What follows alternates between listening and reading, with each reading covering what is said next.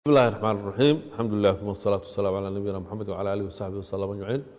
waxaynu ku jirnaa raadka caqiidada saxiixa ay qofka iyo bulshada ay ku leedahay ama saameynta ay ku leedahay caqiidada saxiixa ay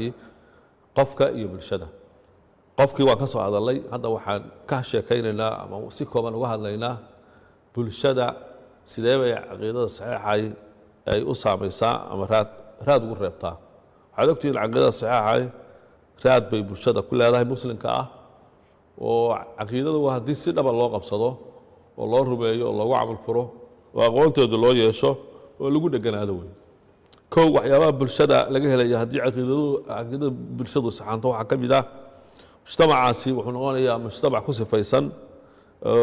maaragtay afraaddiisa ama qof ahaan ugu sifaysan bay noqonayaan caqiido saxiixa mar haddii caqiido saxiixa ku sifaysan yihiin saan soo sheegnay qof waliba waxa waajibkiisu gudanayaa qof dhibaatayn maayo qof kale dhici maayo qof kale wax gaarsiin maayo maadaama caqiidadii qofku ay saxantay bulshadaas marka qofka iyo qoysaska isu tegay ka kooban bulsho aaminay markaa noqonaysa oo waxay noqonaysaa wax alla wixii ilaahay ka reebay oo dhan ayay ummaddaasi ka haraysaa dhibaatooyin u keenaya sida waxyaabaha ilaahay xaaraamiyey beentiiba iska ka tegayaan xaaraantii iyo zinadii ribadii dilkii wax alla wixii maaragtay tuuganimadii wax alla wixii shareecadu ay xaaraamaysay bulshadana dhibaato u keenayey dhexdeeda oo dulmi ah ayaa qof waliba markuu iska daayo bulshadii afraad iyo qoysas bay bulshadu ka kooban tahay bulsho aamina bay bulshada noqonaysaa haddii bulshada caqiidadu toosto talabaad waxaa weeye bulshadu waxay ku sifaysmaysaa mar haddii caqiidadu qofka ay toostay bulsho isku xidhan oo isjecel ayay noqonaysaa oo qof waliba qofka kale wuxuu naftiisa la jecel yahay oo maaragtay walaalkiisna uu la jecel yahay siduu nebigu ku tilmaamay calayhi salaatu wasalaam xiriirka dadka mu'miniinta ka dhexeeya markuu ka hadlayey iyo say isu jecel yihiin mathalu lmu'miniina fii tawaadihim wa taraaxumihim wa tacaadufihim mathalu ljasad ida ishtakaa minhu cudwun tadaaca lahu saa'iru ljasad bisahri walxuma nebigu wuxuu leeyahy sal ly slam sida ay mu'miniintu ay isu jecel yihiin isugu naxariisanayaan isugu turayaan waxay la mid yihiin hal jir oo xubin ka mid a haddii ay dhibaato sheegato jirka intiisii kale uu soo jeedayo oo qandhoonayo marka waxa weeye waa dad isku hal jir oo kale dadka muslimiinta mujtamac isjecel oo mid ka mid a haddii dhibaata soo gaadho intii kale u danqanayso u gurmanayso u xawsanayso ay maaragta isgarab siinayaan waa mujtamacu saasuu noqonaya mujtamac caqiidadiisu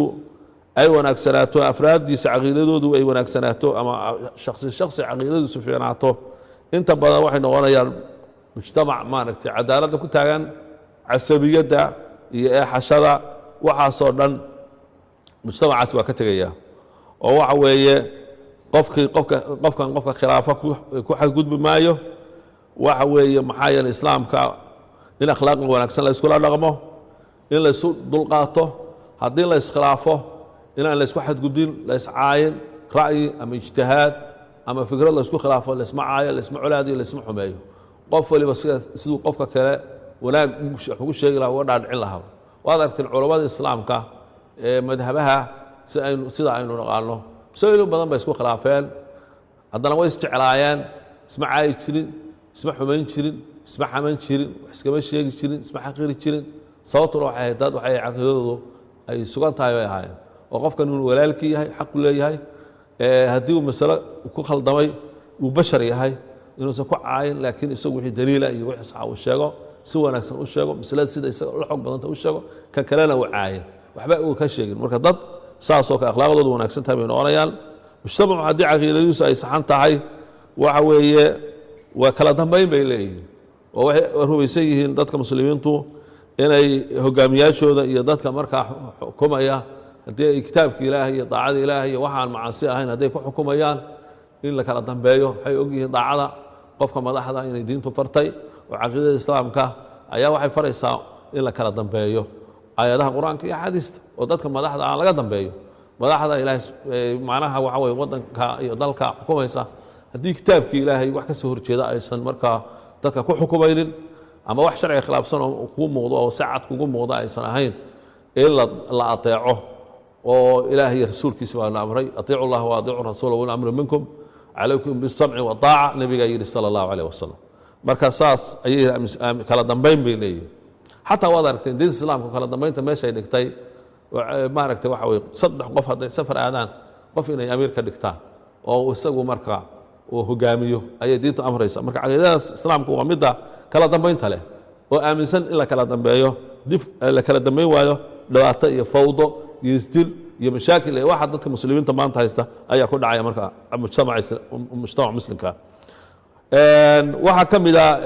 haddii mujtamacu caqiidadiisu ay toosto qof walba wuxuu u hoggaansamaya sharciga ilaahay kitaabka ilaahay baa raalli u noqonaya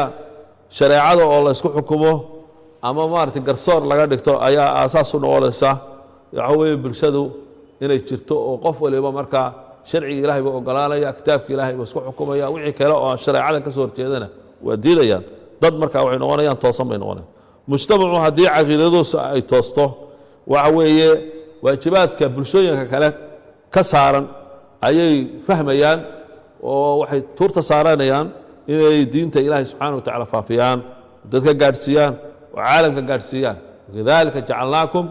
ummatan wasadan baa ilaahay subxana wa taala ummad dhexdhexaada oo toosan oo tii ugu wanaagsanayd baa ilaahay ka dhigay si dadka maaragtay ay shuhado ugu noqdaan marka dacwada yani in dadka la gaadhsiiyo oo ummaddan ay diinta dadka gaadhsiiso waa caqiidada islaamka wax ka soo baxay weeye waa ummadda tani waxa weeye waxa ay ummadaha kale kaga khayr badan tahay kuntum khayra ummatin ukhrijat linnaas ta'muruuna bilmacruuf wa tanhawna cani lmunkar ummaddii ugu khayr badnayd baa ayaa ummadda nebi maxamed laga dhigay ama lagu tilmaamay sababtuna waxa weeye inay wanaagga dadka maaragtay faraan xumaantana ay ka reebaan ilahayna dhab u rumeeyaan oo caqiidadooda sax tahay mujtamaca marka ugu dambays caqiidadiisu ay toosto afraaddiisa ama ashqaastiisa caqiidadooda ay toosto wuxuu noqonayaa mujtamac markaa casabiyadda iyo isnacaybka iyo kala sooca dadka iyo qabyaaladda waxaa dadka ku kala saara oo cunsuriyadda wax loo yaqaan iyo qabyaaladda waxay aaminayaan oo caqiidadooduna u sheegaysaa diintooda u sheegaysaa dadku waxa ay ku kala fadli badan yihiin ku kala sareeyaan inay tahay taqwada ilahay markuu qabaa'ilka ka hadlayey iyo bini aadamka asalkiisa wuxuu yidhi yaa ayuha annaasu إنا خلقناكم من ذكر وأنثى وجعلناكم شعوبا وقبائل لتعارفوا dadow waxaan idinka abuurnay labiga dhedega asalkiinni waxaan idinka yeelay dadweynayaal iyo qabiilooyin maxaa qabiilada loo sameeyey litacaaraf si ay isu aqoonsataan oo isxiriirin iyo iska warhayn iyo isdhaqaalayn iyo qaraabadii lagu kala garto dadka isku garto unbaa loo sameeyey maxaa lagu kala sareeyaa maxaa qabiil kale kaga sareeyaa maxaa qof kale kaga sareeyaa caqiidadeennu waxay noo sheegaysaa kitaabkeennu wuxuu inoo sheegayaa ina akramakum cinda allahi atqaakum ilaahay agtiisa waxaa ugu sharaf badan dadka qofka ugu cabsida badan qofku ilaahay uga cabsida badan yahay uu ilaahay agtiisa karaama badan yahay saa daraaddeed meesha waxaa ku burburaysa wixii la odhan jiray in dadka la xaqiro in dadka la yaso in dadka nasabdhiman la yidhaahdo kani waxa weeye lagama guursado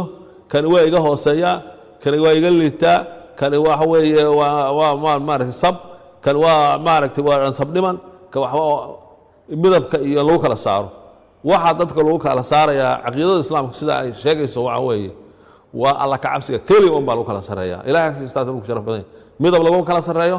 qabiil magac weyn laguma kala sareeyo madaxtinimo laguma kala sareeyo maal laguma kala sareeyo qurux laguma kala sareeyo ragnimo iyo duwarnimo laguma kala sareeyo qof waliba qofka kale wuxuu kaga sareeyaa alla ka cabsi wuxuu kaga hooseeyaa alla ka cabsiga uu ka tago caqiidada haddii dadku rumeeyaan qabyaalad iyo mashaakil iyo tacasubka iyo 4.5ka iyo maanta waxayna baabiyey baynu ka xoroobi lahayn marka caqiidada sidaan u sixi lahayn oo bulshadeenna Soomaaliyeed ay noqon lahayd bulsho